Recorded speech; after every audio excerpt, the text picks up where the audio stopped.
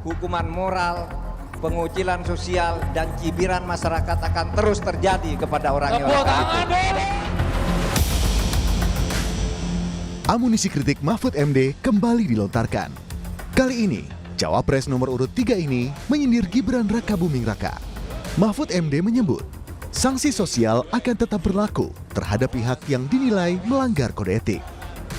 Sindiran ini dikeluarkan Mahfud dalam acara Tabrak Prof saat ada yang bertanya soal peluang Cawapres nomor urut 2 Gibran Rakabuming Raka didiskualifikasi karena pencalonannya terbukti melanggar etik. Mahfud menjawab dalam hukum formal, Gibran tak bisa didiskualifikasi, tetapi kasus ini cacat akan moral dan etika.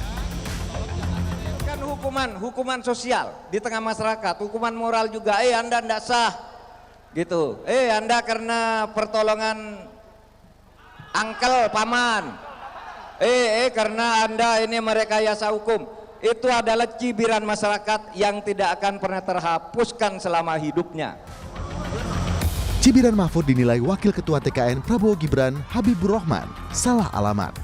Menurut Habibur Rahman, putusan DKPP terkait pelanggaran kode etik KPU tak ada hubungannya dengan Gibran karena hingga kini proses kampanye terus berlangsung.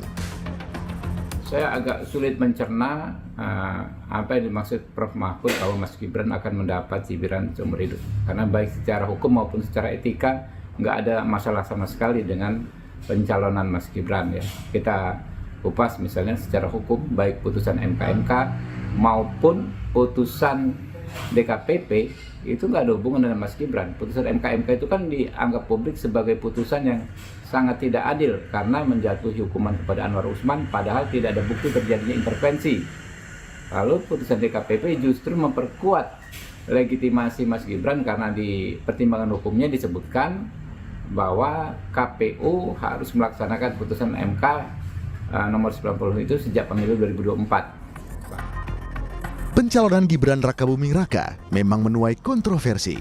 Pasca putusan MK yang menyebut Hakim Anwar Usman melanggar kode etik dalam pengabulan gugatan batas usia Capres-Cawapres. Tudingan cacat etik pun semakin merebak setelah Ketua KPU Hasyim Asyari dinyatakan melanggar kode etik karena menerima pendaftaran Gibran sebagai Cawapres. Tim Liputan Kompas TV.